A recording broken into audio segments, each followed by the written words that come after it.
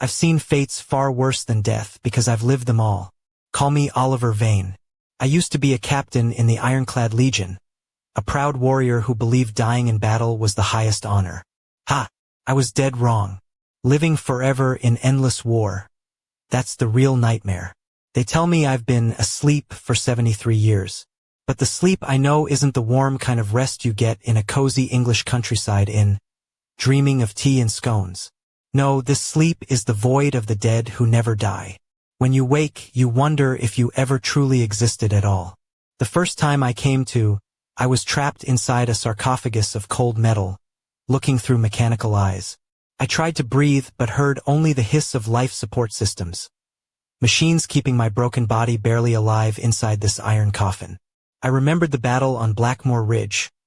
The enemy smashed through our lines like a storm, axes and hammers raining down on our armor.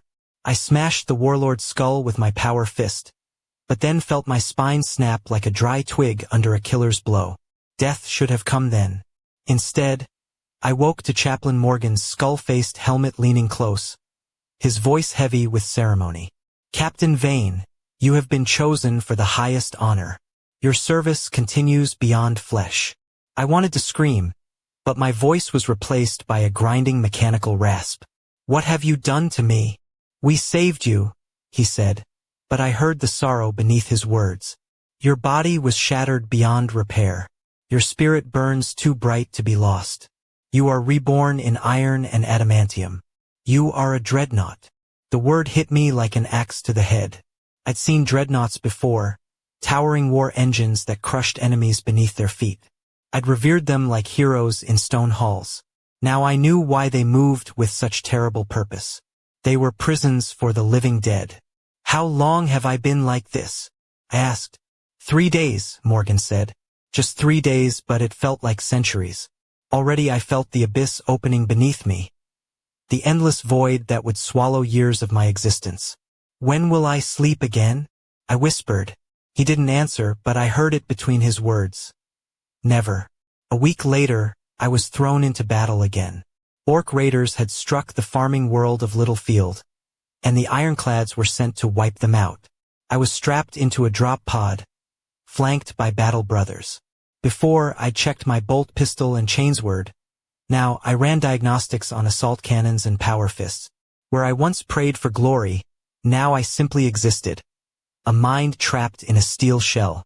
The pod screamed through the atmosphere, battered by violent storms. When we hit the ground, one Marine cracked his helmet on the restraints. I felt nothing. My massive armored frame was too secure to be shaken by such trivialities. The orcs fell before me like wheat to a scythe. My assault cannon roared the Emperor's wrath, shredding crude weapons and flesh alike. My power fist crushed skulls and shattered armor with ease I'd never known as a man. For those brief hours, I felt a flicker of purpose.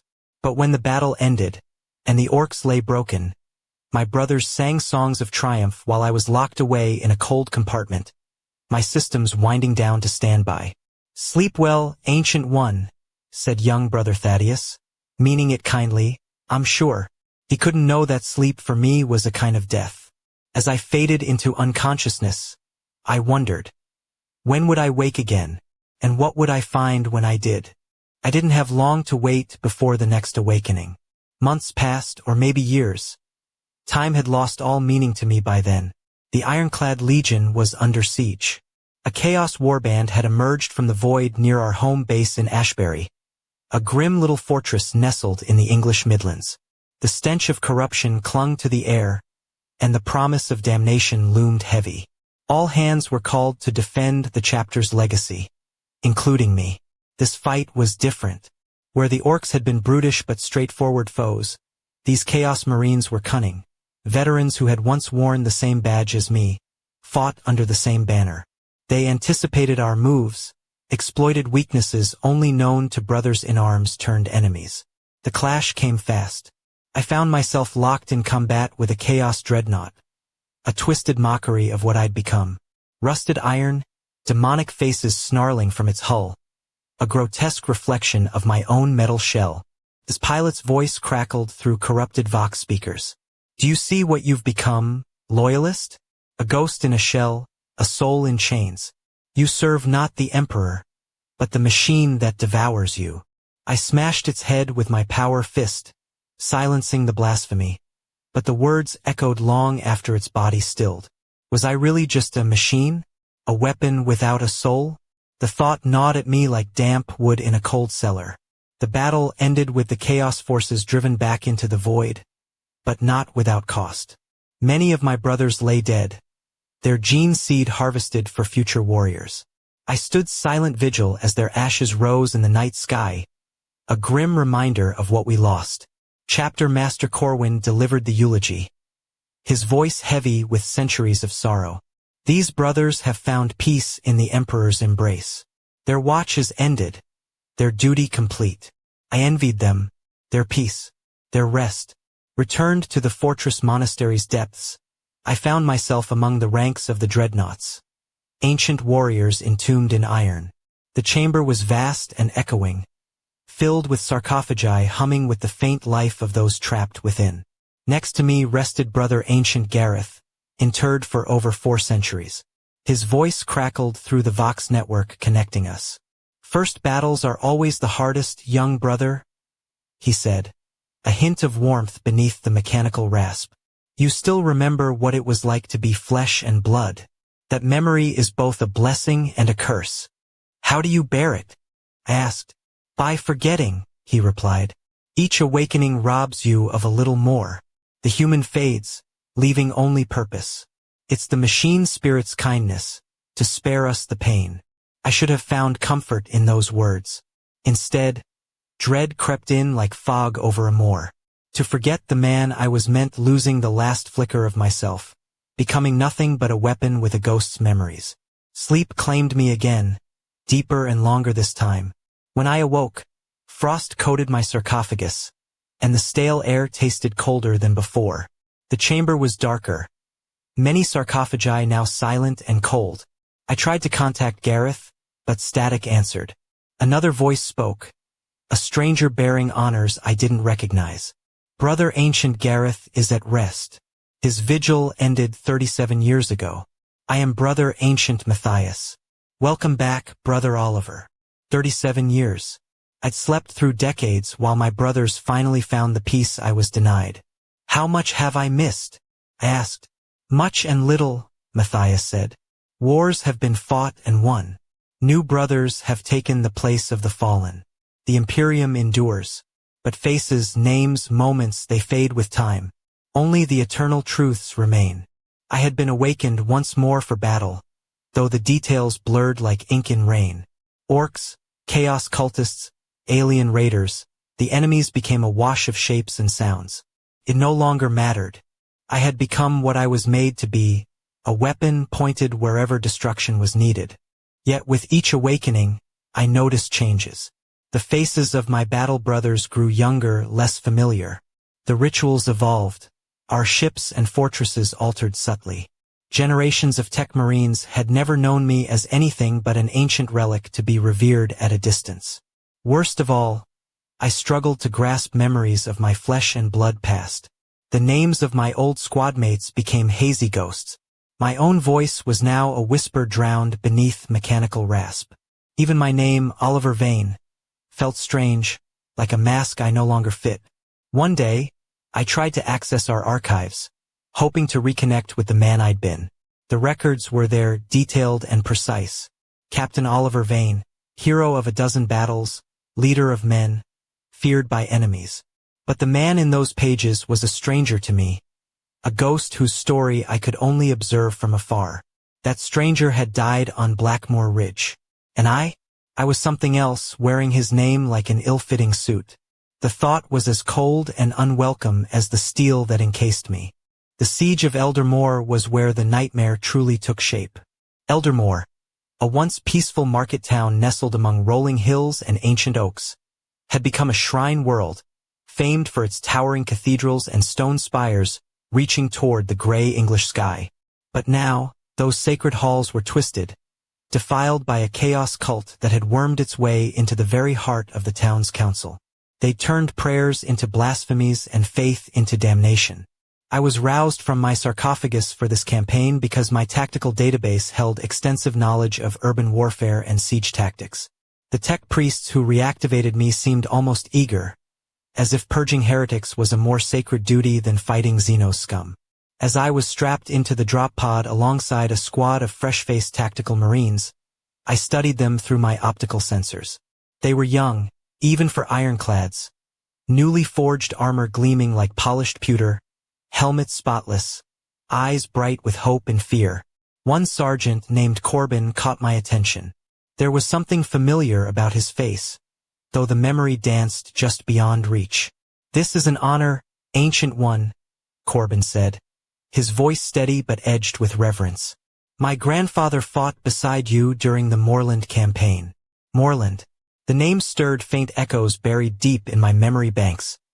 Battles fought, lives lost, but no feeling, no warmth. Just tactical logs and casualty reports. "Your grandfather was a fine warrior," I replied, the words feeling hollow even as I spoke them. "He lived and died with honor," Corbin said.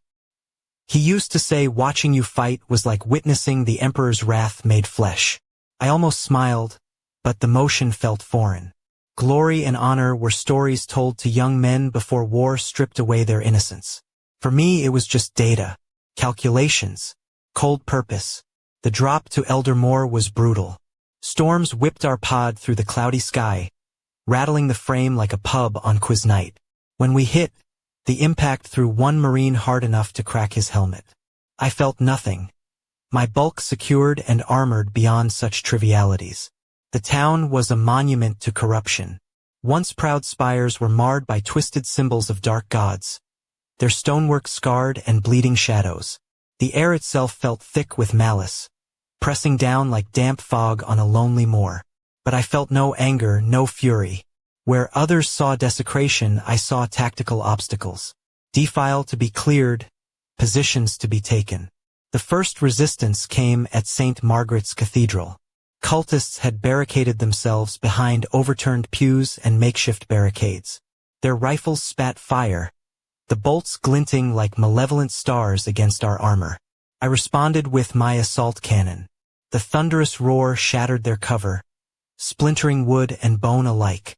The Marines advanced with precision, clearing room after room in a deadly dance of bolter fire and bayonet thrusts. Sergeant Corbin took a glancing shot to the shoulder, enough to make the blood run, but not enough to stop him. In my former life, I would have felt a surge of concern, anger at the enemy who wounded a brother. Now, I merely calculated the effect on our combat strength. "Can you continue, Sergeant?" I asked.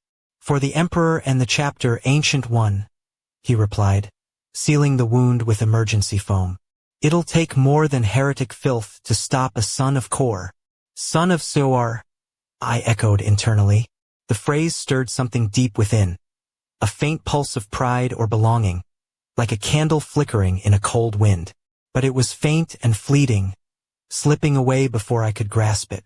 The campaign dragged on for months, slogging through corrupted streets and desecrated shrines. Each step forward was a push against darkness, a battle to reclaim what faith had been twisted to deny. But as the war wore on, I noticed changes in my brothers. The constant exposure to blasphemy wore down their spirits. After each battle, they spent hours in prayer and ritual, desperate to cleanse themselves of the taint they'd absorbed.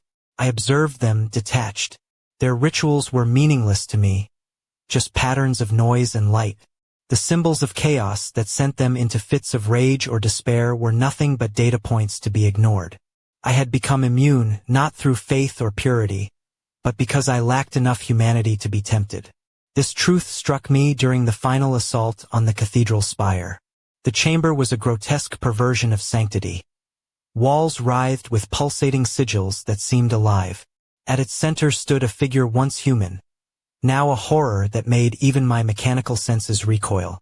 The corrupted governor sneered, voice like grinding steel and shattered glass.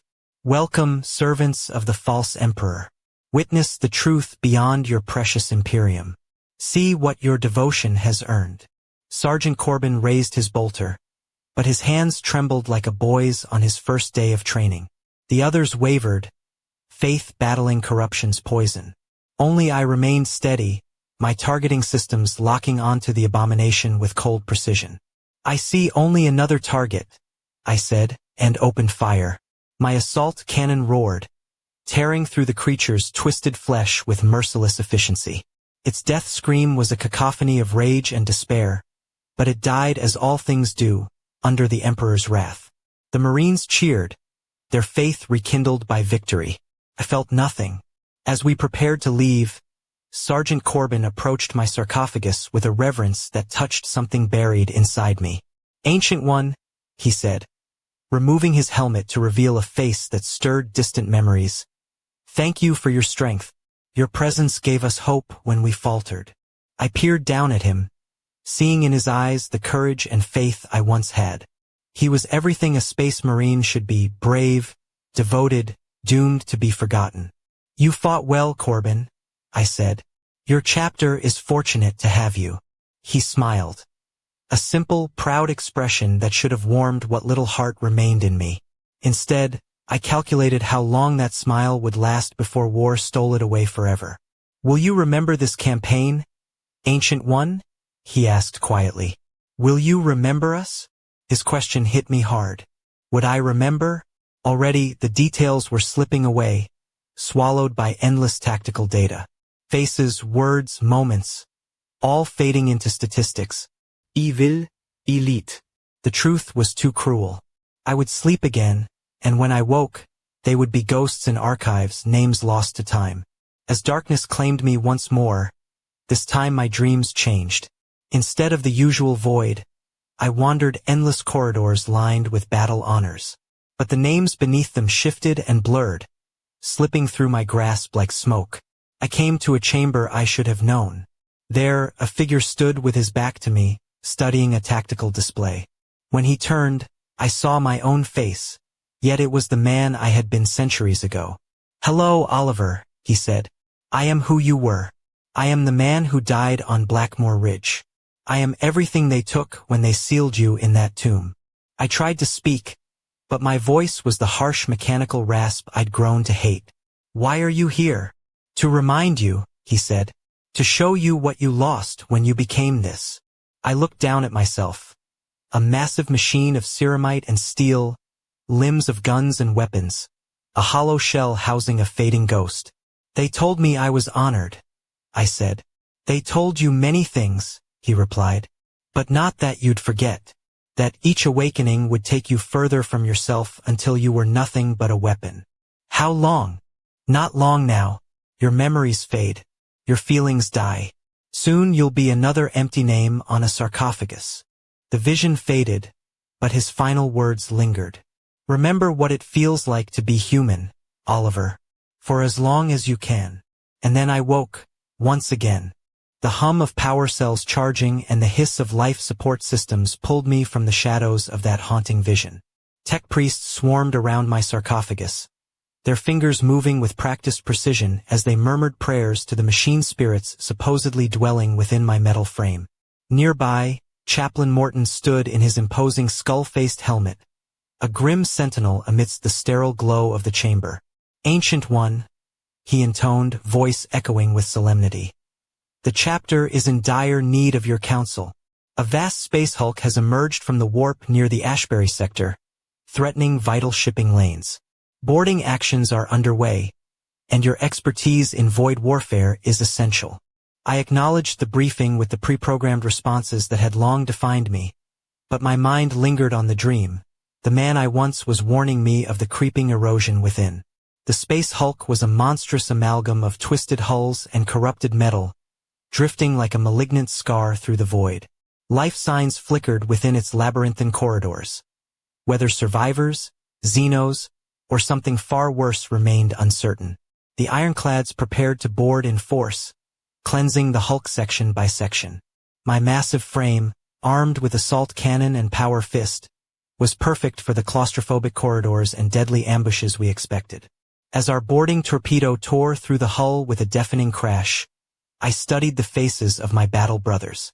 Sergeant Matthias, a veteran whose calm masked fierce resolve. Brother Lucian, fresh from scout training but already showing promise. and others, each embodying the chapter's unyielding spirit. I knew their names now, but I also knew that time would steal them from me as it had so many before. The corridors we entered bore scars of ancient battles and warp corruption. The stench of decay was thick, and my sensors detected something else. Something alien and malignant. "Contacts ahead," Matthias reported, his optic systems painting ghostly shapes in the darkness. "Multiple life signs, but readings are strange." I enhanced my optics, targeting systems locking on. Before us shuffled figures once human, now warped and twisted by the warp's dark touch. Extra limbs writhing unnaturally, faces distorted in eternal agony or deranged ecstasy. "Warp touched," I declared, voice cold and mechanical. "Cleanse them with fire and steel. Show them the Emperor's mercy." The Marines advanced with unerring discipline, bolters spitting death as I followed, my assault cannon roaring thunder. The corrupted fell like wheat before the scythe. Yet as I surveyed the carnage, I found myself studying their faces more closely. These had been Imperial citizens, praying to the Emperor as their ships were dragged into hell. Now they were monsters beyond salvation. In my former life I might have felt pity or rage. Now only cold efficiency. We pushed deeper into the hulk, confronting horrors that defied comprehension. Beings of shadow, crystals emitting shrieks, creatures born of nightmare and warp energy. In one chamber, Brother Lucian was caught by a creature of liquid metal and malice. His armor blackened and sprouted unnatural spines as corruption spread. He screamed, voice thick with desperation. "Ancient One," he gasped. "I can feel it changing me." Voices whisper blasphemies. "End this before I become a disgrace to the chapter." The weight of his plea struck me, stirring echoes of a past long buried. Once, I would have agonized over such a choice, mourning a life cut short. Now the calculus was clear. He was a threat. The mission could not fail. I raised my power fist, energy crackling. "Go to the Emperor's side, brother. Your watch is ended." The blow was swift, mercy in its finality. Lucian's gene seed was salvaged, but I felt nothing. No sorrow, no anger, no loss. Just the cold logic of necessity. Weeks passed as we cleared the hulk, section by section. Tech priests labored to salvage what they could. We fought the warp's twisted spawn and mad survivors alike. I watched my brothers with growing detachment. Their tears for lost civilians, their prayers and fury. I cataloged their emotions as tactical variables, noting weaknesses and inefficiencies. I was becoming a being that observed humanity but no longer shared in it. A ghost trapped inside a weapon. The final confrontation came in the hulk's core. A vast chamber once the bridge of an ancient battleship. At its center stood a figure, once human, now a being of warped flesh and reality, speaking in voices from everywhere and nowhere. It offered knowledge and power in exchange for souls. My brothers recoiled, their faith shielding them. I felt nothing, neither temptation nor revulsion. When I unleashed a sustained assault from my cannon, the creature's death scream echoed with laughter. "You are already ours," it hissed. "Empty, lost. We need only wait." The hulk was purged, its useful parts salvaged, corrupted sections burned away. The ironclads earned new laurels, casualty reports mercifully light. But as I was stowed away again, the creature's words haunted me. Was I already lost? Empty inside? I tried to recall the faces of those who fought beside me, Matthias, Lucian, Chaplain Aramis. Already, they blurred like smoke in my memory, reduced to data points and statistics. The cold certainty settled deep. This existence was slowly erasing them all, and me with them. Sleep claimed me once more, but this time the darkness was not empty. I found myself in a vast chamber lined with sarcophagi, each bearing names and heraldry of ancient dreadnoughts. Whispers drifted from within their iron shells. "Remember us," they pleaded. "Remember who we were before this prison. Remember that we were once human." I moved from sarcophagus to sarcophagus. Names like Brother Ancient Thaddeus, who held the gates of Soar single-handedly. Brother Ancient Casimir, whose tactics saved entire sectors. Brother Ancient Mordian, who walked with legends. All trapped in metal shells, humanity fading into silence. A familiar voice spoke behind me. The figure from my dream, older now, fading. "How long do I have?" I asked. "Not long," he said. "Each awakening steals more of you. Soon you'll be like them. Names on sarcophagi, empty shells. Is there no way to stop it?" "There is one," he whispered. "But it requires remembering what it means to be human, to choose to care, to feel pain, to remember even when it hurts, to fight for your humanity, even if it means suffering." His words faded as consciousness pulled me back. "The choice is yours, Oliver. Choose quickly, before there is nothing left to choose with." I awoke to alarms blaring through the fortress. Tech priests and chaplains rushed to prepare me for battle. Ancient One. Chapter Master Corwin's voice was tight with urgency. "Our home is under siege. A chaos fleet led by the Iron Skulls, a fallen warband, has declared war on us. They seek our relics, our gene seed. The Iron Skulls." The name sent a chill through my circuits. "What is my deployment?" "The main courtyard of the fortress monastery," Corwin said. "Hold the line. Your firepower will be key." As I looked upon the fortress, a place I had called home for centuries, I felt a stirring. This was more than metal and stone. This was family, legacy, something worth fighting for. The enemy came with fury, Chaos Marines clad in black and crimson, tearing through outer defenses. At their forefront, the Ravager, once a brother, now a dark shadow in Terminator armor. His presence twisted the air, his voice carried like thunder. "The famous ancient Oliver awakens," he sneered. "Tell me, Machine Ghost, do you remember what it felt like to be alive?" The taunt struck me, not with pain, but with a spark of something long forgotten. "I remember enough," I replied, and for the first time in centuries I meant it. The battle erupted like a tempest beneath the gray skies of Ashbury's fortress courtyard. For centuries, I had fought with cold calculation, each move dictated by programming and tactical protocol. But this time, something stirred within me, an ember of passion I thought long extinguished. The enemy surged forward, bolts pinging against my ceramite armor, explosions shaking the ground. Yet I advanced relentlessly, my assault cannon singing the Emperor's deadly hymn. This was no mere execution of orders. It was a choice to stand, to fight, to protect. Around me, brothers fell and rose, their faces etched with determination and fear. I saw Sergeant Maxim rallying the Eastern Wall defenders, his quick mind turning defeat into standstill. Chaplain Morton's prayers wove through the chaos, bolstering spirits with ancient hymns. I knew their names now, not as data, but as brothers. The Ravager awaited me amidst the ruins of a shrine dedicated to our fallen. His Terminator armor gleamed with corruption, a dark tide that withered stone beneath his feet. As our weapons locked, I felt alive. Not the mechanical husk I'd long been, but a warrior reborn. "You cannot win, corpse machine," he snarled. "You fight for memories, but you are already dead." "Perhaps," I replied, and for the first time in centuries, a smile flickered in my consciousness. "But that memory is enough." With a move born of instinct rather than calculation, I broke his guard. My power fist crushed the corrupted flesh beneath his armor, ending his blasphemous existence. The Chaos ranks wavered, their fanatic devotion shaken. The ironclads pressed forward, driving them back with bolters and blades. Victory was ours. The fortress stood, the chapter's legacy preserved. But as I looked upon the battlefield strewn with friend and foe, I felt something new, a fragile warmth amid the cold metal. The detachment that had defined me was still there, but now it shared space with something that chose to care. I scanned the faces around me, the young warriors carrying the gene seed of heroes and the weight of ancient oaths. I saw not data points, but individuals worthy of remembrance.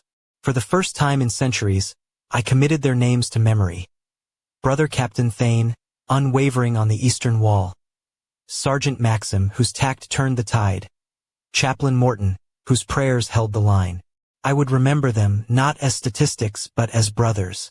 In the years that followed, new wars and threats emerged, but I fought differently. Mechanical efficiency remained, but alongside it grew a choice, a willingness to feel, to connect. I began learning the names and stories of those who served beside me.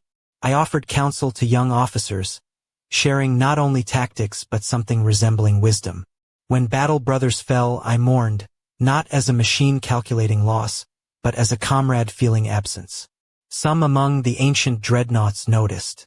Brother Ancient Theron, once a voice urging forgetfulness, approached me. "You have changed," he observed, confusion in his voice. "You remember what you once were." "I have," I replied, "and I choose to hold on to it." Theron warned that humanity was weakness, binding us to pain and distraction. But I countered, asking if perhaps we had merely forgotten why we fought. Our exchange ended in silence, but I saw doubt flicker in his ancient eyes. Time marched on. Brother Ancient Solomon, the eldest among us, finally found rest as his life support systems quietly failed. Tech priests called it a malfunction. I knew it was a choice, a release from centuries of half-life. I envied him and mourned, yet I was not ready. There was still too much to remember, too many brothers to guide. The fragile humanity I reclaimed was under constant threat from the cold machine within. But I clung to it fiercely. Centuries passed. The chapter evolved, traditions shifting, faces changing. Yet the ironclads endured. Each awakening I chose to care, to feel, to remember. During a campaign against the Kraken Swarm, a Tyrannid splinter fleet, I saved a young assault marine named Corbin. He bore a resemblance to a long-lost memory, though the specifics eluded me. When he thanked me, I felt something close to pride, a foreign but welcome sensation. "Serve the chapter well," I told him. For the first time in centuries, those words carried meaning. "I will, Ancient One," he vowed. "I'll make you proud." Pride, a concept that should have been alien to a weapon like me, felt perfectly clear. I was proud of him, proud to fight alongside him in the Emperor's name. When the campaign ended, I returned to my sarcophagus, carrying that pride into sleep. A small thing, perhaps, but it was mine. It was human. It was real. Then came the final battle, on a world whose name escaped me, against an enemy lost to memory. Smoke, thunder, brothers falling, desperate stands, hard-won victories, all blurred like a fading dream. But I remember clearly the moment my systems began to fail. Not the mechanical parts maintained by devoted tech priests, but the organic core, the last remnant of my consciousness. One by one, they shut down like lights going dark in a besieged city. I was dying. Not the false death the machine could repair, but true death, the end of awareness. Centuries of half-life were finally ending. I could have fought it. Systems could sustain me for years more. But I no longer wanted to. The humanity I'd reclaimed was fragile, tied to biological systems once lost. Without them, I'd become the empty husk I feared. I chose to let go. My final act was to record a message in my sarcophagus, a testament for whoever found it. I spoke of what I'd learned, the importance of remembering humanity amidst endless war. To those who come after, my mechanical voice waned. We are more than weapons, sons of men who chose to serve something greater. Do not let the machine consume you. Choose to feel even if it brings pain. Choose to remember, even if memories are all that remain. Choose to be human, whatever form that takes. As darkness claimed me, I felt a peace long denied. The last sound I heard was battle raging on without me. Brothers fighting on. I would be mourned, my name added to honor rolls. But I hoped my message would be found, understood, a warning and a hope. Then, once more, I stood in that chamber of dreams. But this time I was not alone. Around me were other ancient warriors, not hollow shells but men restored. Brother Ancient Gareth smiled without a mask, a warmth shining in his eyes. "Welcome, Oliver," he said. "Your watch is ended." Solomon stood nearby, freed from millennia's weight. Theron, no longer rigid, nodded quietly. "I remember now," I said, voice clear and human. I remember what it means to be human. As do we all, Gareth replied. The machine preserved our minds, but not our souls. We saved them through choice and will, through stubborn refusal to forget. I looked upon these brothers who had suffered so much. Their sacrifice was not in vain. They endured not because they were commanded, but because they chose love and loyalty beyond flesh and steel. What happens now? I asked. Now we rest, Solomon said. Our vigil is over, our duty complete. We have earned our peace. The chamber faded, but I felt no fear. For the first time I was free. Free from chains of steel and endless awakening. Free from slow decay of all I was. As darkness claimed me, the distant sound of hymns rose. My brothers sang victory songs, driving back the darkness. They would fight on as men, not machines. And in that I found my peace at last. 3 days later, the sarcophagus that had been my prison was recovered from the battlefield. Its systems were silent now, no hum of power cells, no flicker of life support. The armor was intact, unmarked by enemy fire, a monument to centuries of unyielding service. Techmarine Corbin was the one who found my final message hidden deep within the sarcophagus's databanks. His enhanced eyes scanned the words carefully. A testament from a warrior whose life spanned generations, speaking of humanity preserved against impossible odds, consciousness maintained through sheer will, and the terrible price paid by those denied the peace of death. Corbin sat in silence long after reading, the weight of the message settling over him. He had known me as a legend, a towering figure on countless battlefields, the ironclad's indomitable ancient. But this message revealed something more, a man who had fought not only enemies but the slow erosion of his own soul. He copied the testament onto his personal data slate, encrypting it with codes known only to the chapter's highest leaders. Such knowledge was dangerous. It challenged the foundation of our Dreadnought program, the assumption that eternal service was an honor, not a curse. Yet it held wisdom future generations might need, a warning about the cost of so-called immortality. Back in the fortress's deep halls, where other dreadnoughts rested between battles, the silence left by my absence was profound.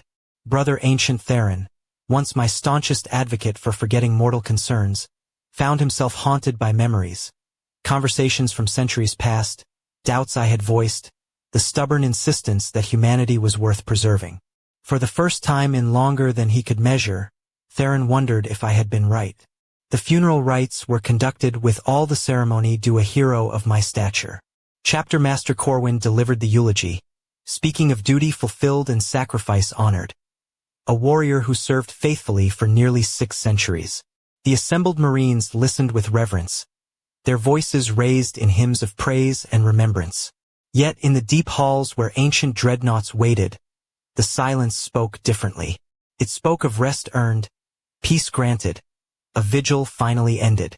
For those with ears to hear, that silence held more truth than all the words spoken. The ironclad legion continued its eternal service to the Emperor. New recruits replaced the fallen. New battles tested their courage and faith. New threats emerged from the darkness between stars. The great wheel of war turned, grinding forward with unyielding purpose. But in the chapter's archives, sealed away from all but the most trusted, my message waited. A warning of the horror hidden within the greatest honors, a price paid by those denied death's release. A choice every consciousness must face. Cold machine perfection or flawed human feeling. And somewhere in the vast void, in whatever realm awaited those who laid down their burdens, the spirit of Oliver Vane rested at last. His watch ended, duty complete, humanity preserved against all odds.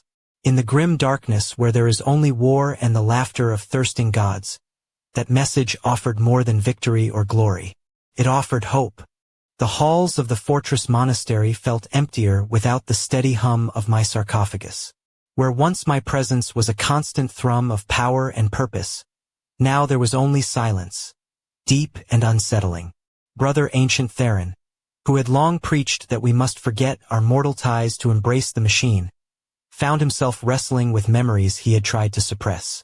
Our conversations echoed in his mind, doubts planted like seeds in barren soil, slowly taking root.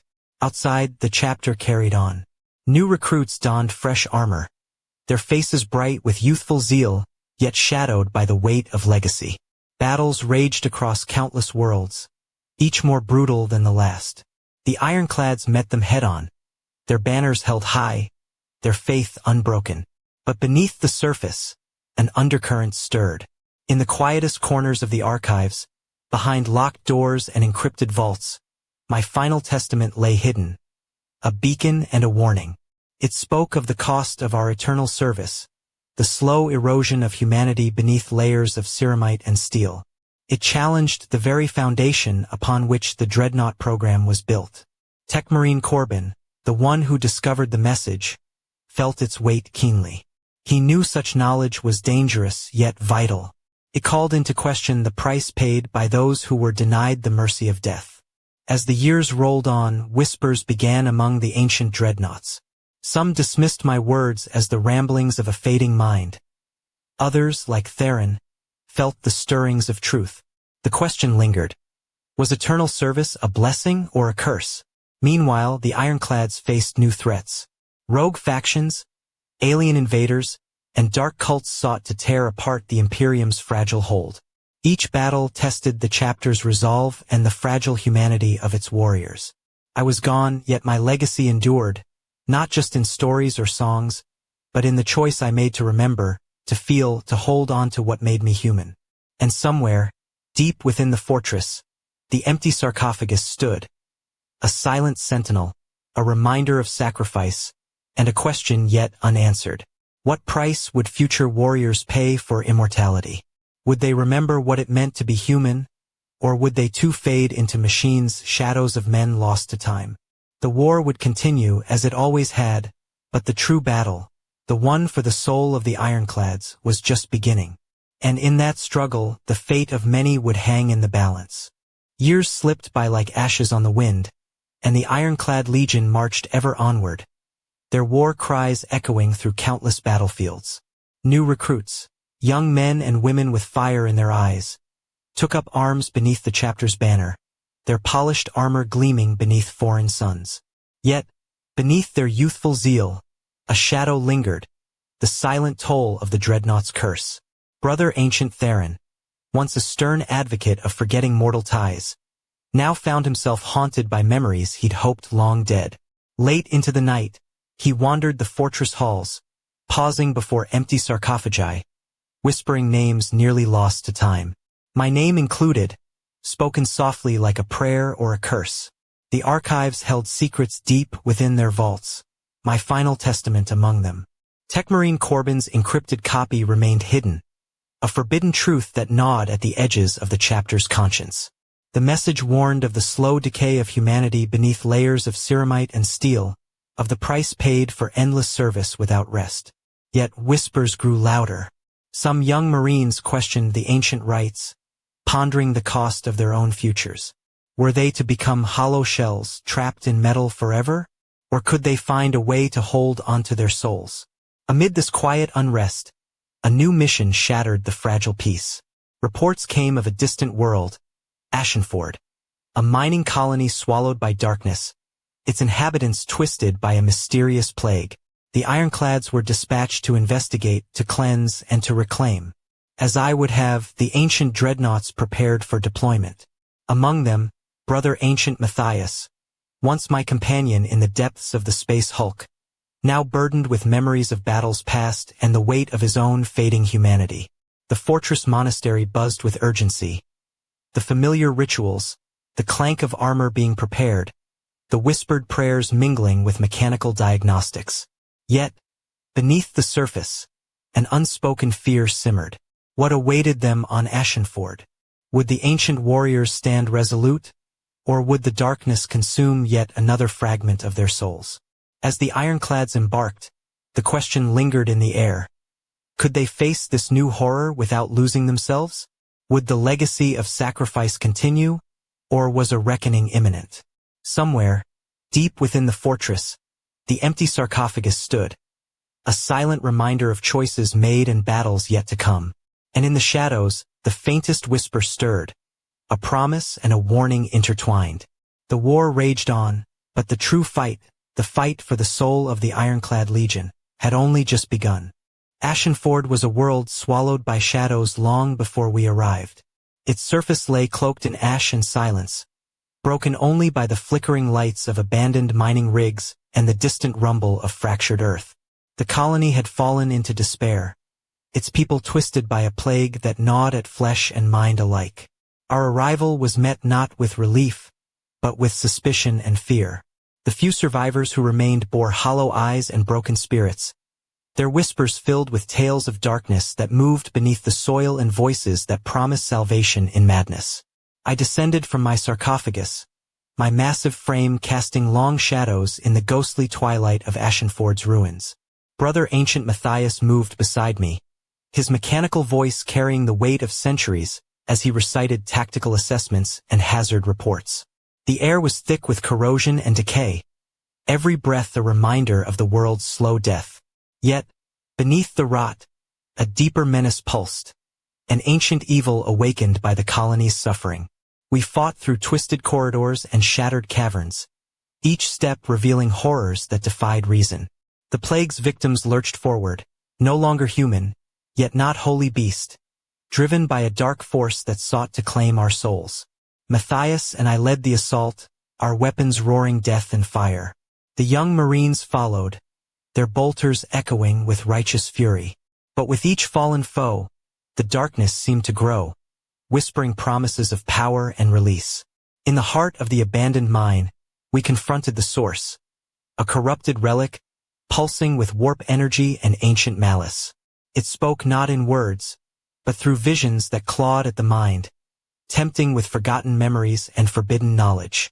Some brothers faltered, their faith shaken by the insidious whispers. Others fought on, driven by duty and the hope that their sacrifice could cleanse the darkness. I stood firm, recalling the choice I made centuries ago, to remember humanity, to choose feeling over cold calculation. It was a fragile flame, but it burned brighter than the corruption threatening to consume us. Together with Matthias and the remaining Marines, we destroyed the relic, its screams echoing as it dissolved into nothingness.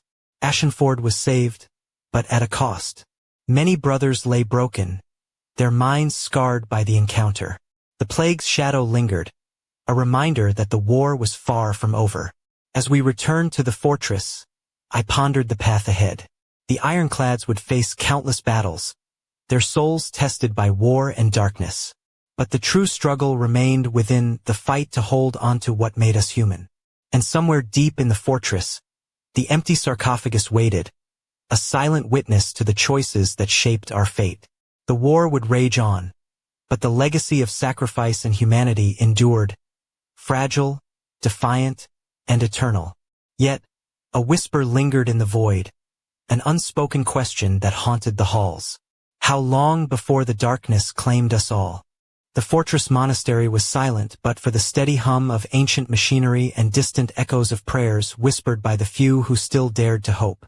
The empty sarcophagus stood in its customary place, a cold monument to a warrior whose watch had ended, but whose legacy refused to fade. I felt its presence, not as a ghost trapped in iron, but as a reminder of choices made and sacrifices borne. The countless battles, the endless awakenings, the slow erosion of what it meant to be human, all led here, to this moment of quiet reckoning. The ironclads continued their eternal vigil, their armor gleaming beneath the flickering torchlight, their voices raised in hymns of duty and remembrance. Yet beneath their resolute exterior, the struggle persisted, the battle not just against enemies without, but against the creeping void within. I watched as new brothers trained, their eyes bright with hope and fear, their hearts bound by oaths older than the stars. They would inherit the legacy of sacrifice, the burden of eternal service. But would they remember what it meant to be more than machines? A shadow stirred in the corridors, a whisper of unrest among the ancient dreadnoughts. Brother Ancient Theron, once steadfast in his denial of humanity's worth, now wrestled with memories and doubts that threatened his mechanical resolve. In the depths of the archives, Techmarine Corbin's encrypted message lay hidden, its warning waiting for the day someone would listen. And in the void beyond the stars, threats gathered, dark forces that sought to unravel all that the ironclads defended. The war would rage on, endless and unforgiving. Heroes would rise and fall. Worlds would burn and be reborn. But amid the storm, a choice remained: to surrender to the cold perfection of the machine, or to clutch fiercely to the flawed, burning spark of humanity. For I had learned, in the long centuries of half-life and war, that it was not the armor or the weapons that defined a warrior. It was the heart beneath. And as the echoes of battle faded into silence, I knew this truth endured. The watch was ended, but the fight for humanity, for honor, for the soul had only just begun. Somewhere in the shadows, a voice whispered, "Remember," and I would.